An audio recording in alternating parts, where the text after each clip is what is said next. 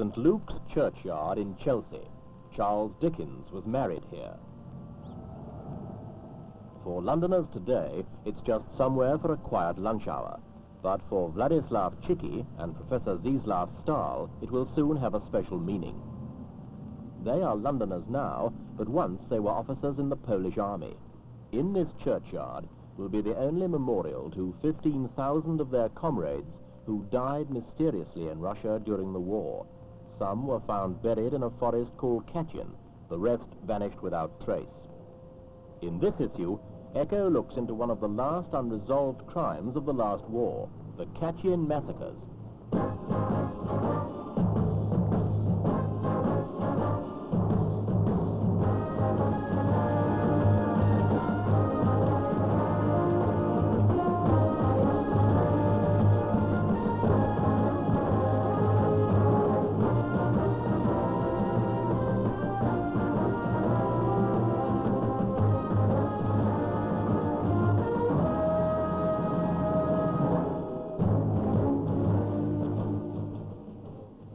September 1939, Hitler invades Poland. The Second World War begins.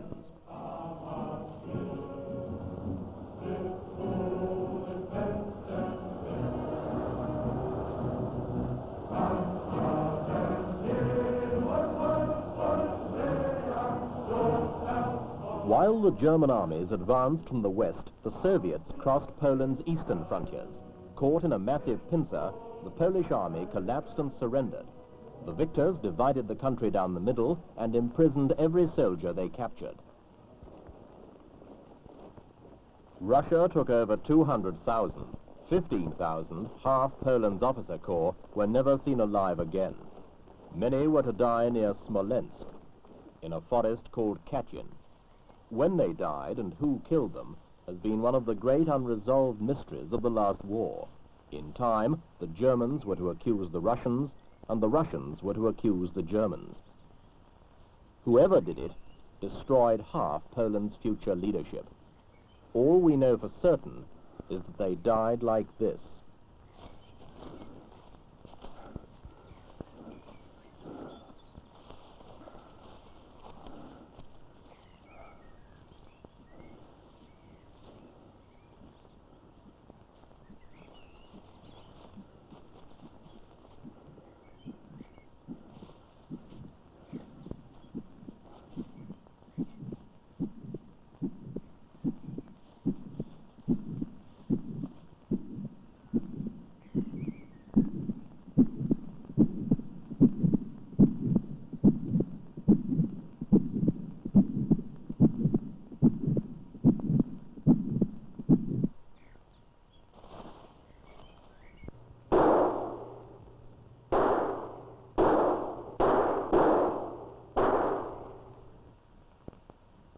Postcards from relatives in Poland began to be returned undelivered in the spring of 1940, a year after their capture. So began the mystery. A year later, German armies were deep in Russia. Poland was an ally. Her men were released.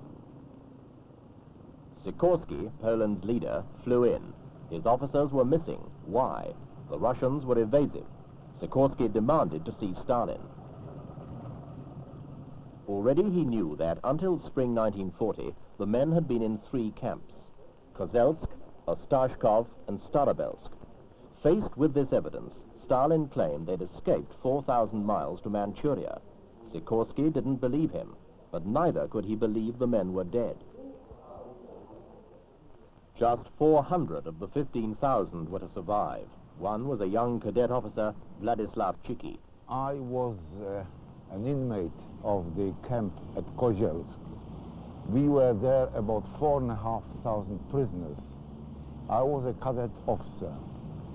In April 1940, the Soviet administration of the camp started taking practically every day a batch of officers, about 70 up to 300 men at a time, and were taking them out of the camp.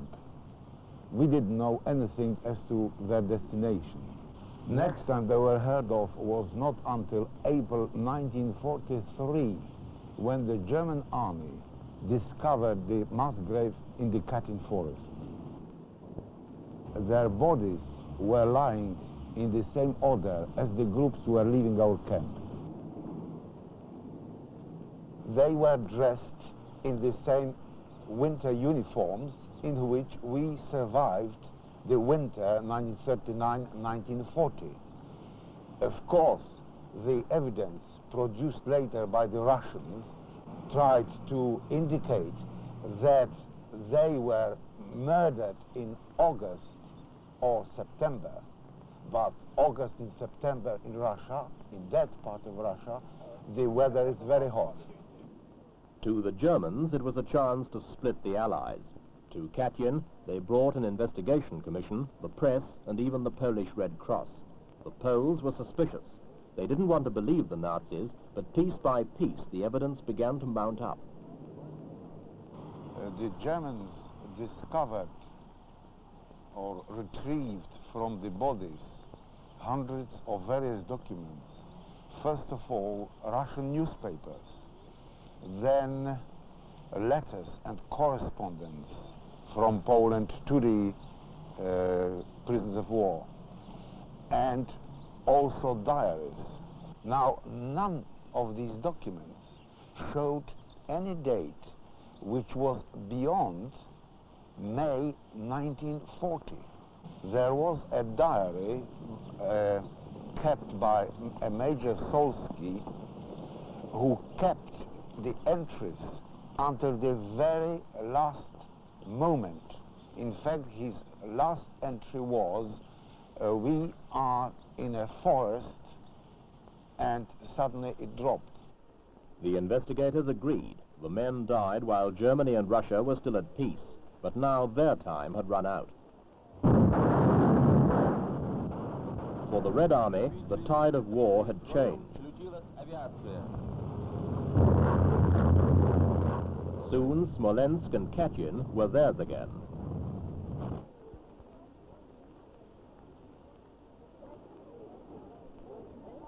The dead were not allowed to rest.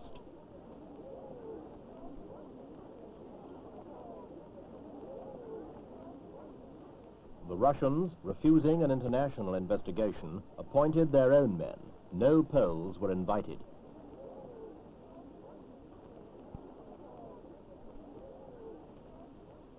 Their experts, of course, accused the Germans. The whole grisly process was repeated, but once more, the accused were not there to answer. New evidence was produced, but world opinion remained confused. Only 4,000 were found in Katyn. The rest they never accounted for. In Katyn were discovered the bodies of the prisoners of war from the Koziers camp only, over 4,000. But at the same time, we lost still 2 camps of prisoners of war.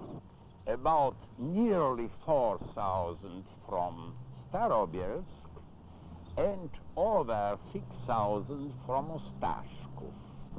We had to assume that they were liquidated in the same manner, but in some other places. In my view, the crime was committed by the Russians, and all the evidence, facts, points to their guilt. I'm also of this opinion as a majority of Poles. The crime of Katyn was committed by the Soviet government. And I'm sure any impartial international tribunal would find Soviet government guilty of this mass murder.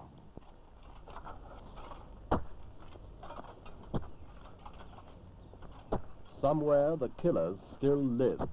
Their memories are their only punishment.